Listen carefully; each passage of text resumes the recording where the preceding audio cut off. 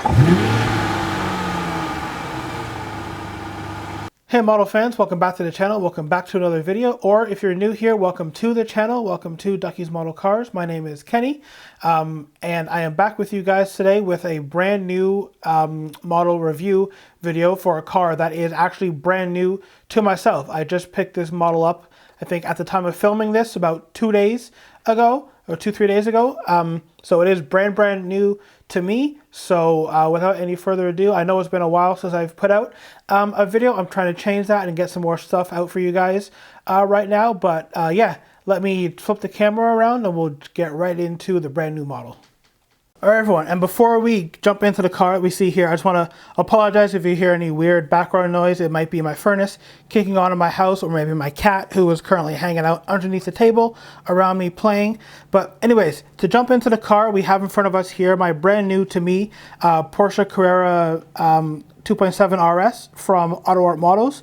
Now this particular one is finished in the Grand Prix white with all the green stripe and the green wheels. And I chose this spec because this is the exact same spec of the car that I saw 2 years ago when I visited the Porsche Museum in Stuttgart. So I always like to try to pick out model specs that have some kind of story or personal collection to myself when and where I can. So that is the reason for this. And also on top of that, I like the kind of the clean look of this, and also I didn't have a Porsche in white in my collection, so all those factors kind of just came together into why I picked up this car in this color. Now, to give you guys, as always, a little bit of a backstory of how this car exists. So this car originally was built in 1972, and it was originally meant to be a homologation car so that Porsche could go racing. So they only intended to build about 500 of these cars to satisfy the needs for going racing. But then it became so popular that they actually built some actual road-going versions for customers who also wanted to be able to take their car to track events and kind of have that race car performance, but also be able to, you know, drive your car back home from the track afterwards. So the 2.7 in the name refers to the fact that this vehicle has a 2.7 liter air-cooled flat-six engine with mechanical fuel injection. It produced 210 horsepower, and at the time was the quickest German production car built. And while the numbers might not sound so crazy by today's standards for back in 1972, it only weighed 960 kilograms. It would do 0 to 100 kilometers an hour in 5.8 seconds. It would hit 245 kilometers an hour. And no, even by today's standards, that's pretty quick. Obviously, in the world where we have EVs and stuff that'll do 0 to 100 in like 2 seconds, doesn't sound that crazy. But for just over 50 years ago, that was pretty cool and pretty revolutionary for the time. And one of the most iconic things that this car I guess sort of brought to the world was this ducktail spoiler. Now the Porsche engineers actually only engineered this in because the car, I guess at speed, was creating too much lift and not sticking to the ground. So they developed it obviously as a technical solution to add more downforce to the rear of the car to help the car stick, obviously for better track and even road performance. But then, yeah, I think the ducktail spoiler, as we know now, is kind of a Porsche icon, and little did they know at the time that they were going to create such an iconic design or even sort of thing when they set out to make the ducktail spoiler. And I feel like that's kind of one of the most Porsche-esque stories. Like, they just built something obviously to make the car work and perform better, and then they built something over 50 years ago that ended up being an icon for the rest of time. And of course, on top of that, because this car was designed to go racing, it was much more stripped out and lightweight than sort of, I guess, the regular, if you will, cars. So all that came together to make, I guess, what is a very iconic thing now. And then if we look at the model, again, one of the other things too back in the day is you only had one mirror. I guess, no, you didn't have the passenger needing to see where you're going, only the driver or the person controlling the car being able to see what was behind them. Of course, we can see the rear view mirror inside as well. But it's always kind of funny to see when you forget on sort of these older cars when they only had one side mirror, because I guess you don't need to see what's coming up beside you on the passenger side. That's not necessary. But yeah, in terms of the model, I think it looks really really, really good. I know the lighting probably isn't doing the paint enough justice. Let me try to get some extra light on there. It is kind of a more of a flat white paint, so not a lot of metallic flake or anything in there, but the green is actually quite a vibrant green and very accurate with the entire wheel. This does come in some different colorways as well, but again, I went with the green because it's one of the, looks like the car that I actually saw.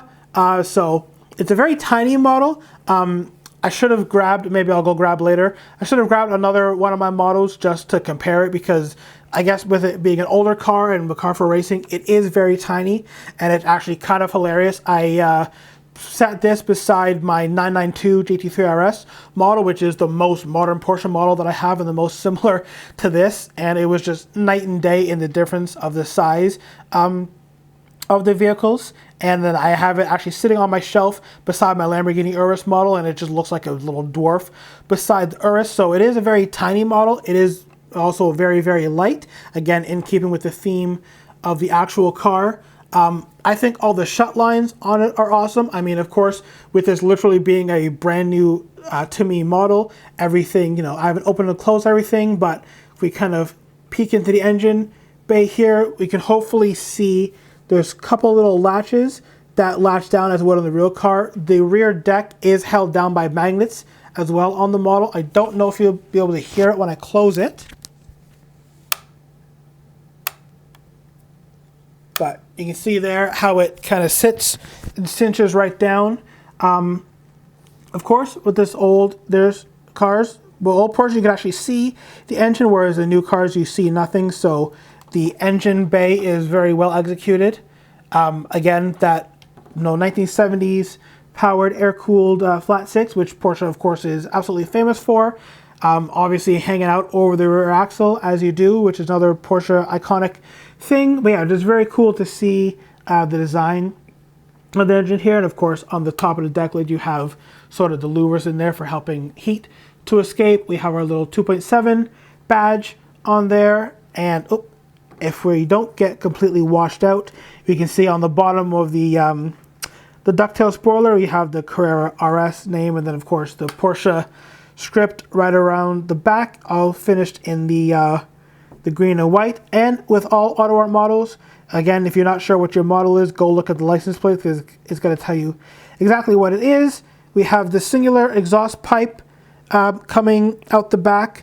If we flip it over, we can see all the work there with the transmission and the exhaust and everything. I guess a bit interesting that they only have one exit pipe, not two. I feel like you could maybe put a second one there for a bit more noise and show performance, but obviously they engineered it like that for a reason. And you can see it looks like a pretty large tip that sticks out there, finished in the chrome. The rear taillight detail is executed nicely, and we can see there, those are little sort of tie-down clips that I was mentioning before, which on the real car, of course, is how you would keep your engine closed. But again, we can see the little magnets there that actually hold down the deck lid on the model. On the rear window there's a little sticker, which is a little bit of a nod to Porsche's racing history and sort of the racing history and pedigree of this car. All the window trim you can see there is finished in chrome, as it would have been back in the day.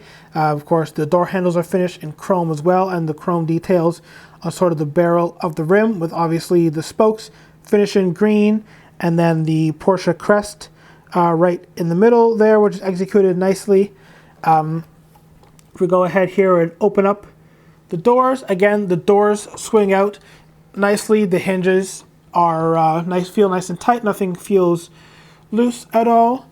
We can get a little bit of a look at the interior, which again is very stripped out and lightweight. Again, basically because race car, but get some extra light. There's not much to it there. I believe they did have a sportier seat in this, of course, again in the interest of lightness. Of course, no rear seats really per se. There's kind of an indent where seats should be, but obviously no rear seats. I know back in the time for auto shows, Porsche did make more of a touring version of this that I believe did have back seats, but again, this is the full sort of race car homologation version. You can see there the manual gearbox. Again, as AUTOart does so well, they have the little felt detail on the inside. But yeah, if you look at the dashboard, compared to your modern cars, not a lot going on there. Basically, you have your steering wheel. Obviously, there's a glove box over there on the passenger side, just at the end of my finger. And essentially, you have I think a 5 or 6 speed manual down there, but most likely a 5-speed. You have a couple buttons on the dash for your lights and stuff, and your speedo and everything. And that's pretty much it, because that's really all you needed back in the day with these analog vehicles.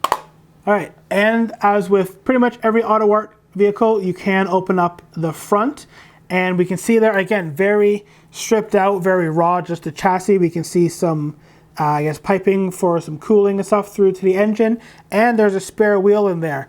Now this car does come with a I guess a frunk insert, if you will. There is a cloth piece that just comes on the box, so if you want to, you can go ahead and insert that piece and have a nice actual frunk in there. But I think for my purposes, I kind of like the more stripped out nature of this being a race car, and I think it's just cool to be able to open up the front of your vehicle and see the spare in there. So I think for my own personal display purposes, I'm not going to actually put this in. I'm just going to leave it safely in the box. But I did want to mention that if you did want this to have the full effect, you can put this in. And I do like the fact that AUTOart made it a removable piece so that you're not sort of stuck with it, because again, I think it's really cool to be able to open up the front and look in there and sort of see what's going on and how everything works in there. And also interesting that the spare wheel isn't painted there. I'm not sure if that's how the real cars actually came, or if AUTOart just maybe did that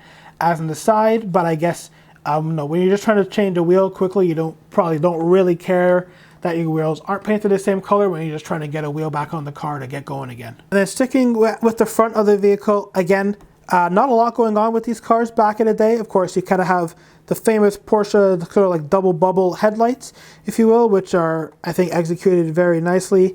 Very simple front bumper, very sleek bumper, again, for racing. And again, all the light details. You have sort of the little louvers there as well. And again, the green pinstriping, which continues around the bumper. So obviously some consistency there with the green all the way around. And yeah, I think overall, just a very well executed model. I'm super happy to have this. Again, as I said, after seeing one of these, the real life version of these a couple years ago at the Porsche Museum, I kind of said if they ever make a model car of it, I will get it in that spec. And here we are, obviously today, about a little over 2 years later. As I mentioned before, I said how the 2.7 RS was quite a tiny model. Now, it might be a little hard to capture over camera, but of course, here is the 2.7 RS in front. And as I mentioned, I have the 992 GT3 RS, so effectively kind of the same car, the same idea of car, just about 50-something years later. And yeah, it's going to be a little hard to see on camera, but if I put the 992 there and then I line up, if I line up the front bumpers almost exactly, you can see how much further out the 992 sticks. And also, if we do kind of an overhead comparison, I brought the Urus as well, just so you can see how tiny this car really is. But if we kind of do an awkward overhead hold, it might be hard to see on camera there, but yeah, you can see if I do the overhead, I'm basically holding the front of the 2.7 over the front of the 992, and yeah, you can see there just how much bigger cars have gotten all over the years. But obviously, two very different performance cars from Porsche. But yeah, I just thought it was funny how tiny this car is. And of course, if I match it up beside the Urus here, as I'm sure this is not the greatest filming, but you can see there, if I match it up beside the Urus, yeah, the Porsche looks like a bit of a dwarf or a bit of a child beside how massive the Urus is. But anyways, guys, just quickly for the info for if you guys want to buy this car. So as always, I picked up my car from my friend Keith's Model Cars. If you guys want to go get yourself one of these or anything else from his website, remember you can use my 10% discount code at checkout, Ducky10. Now these cars retail for about $330 Canadian. Currently, I was lucky, just I guess with having the friendship with Keith, I was able to pay just under $300 for my model. And again, you guys can save a little bit on there as well. But yeah, just so you guys kind of know what the price range of this car is. Unfortunately, AUTOart's prices have started to go up a little bit over the years. I don't think there's really anything we as the buyer can do about that. But yeah, that's kind of what the price range is on one of these. And in terms of other colors, so again, mine's the white with the green stripe. They make white with a red stripe, I think white with a black stripe, and then there's also the yellow painted car with the green stripe. There's the light blue paint with the black or white stripe as well, and there might be one or two more. I'll put a link down below so you guys can go to the AUTOart website and check out all the different spec options and get one for yourself. But as always, if you guys enjoyed the video, please give it a big thumbs up. Remember to subscribe to the channel for more. I promise I will have more videos on stuff coming out real soon, and I'll see you all in the next one. Bye.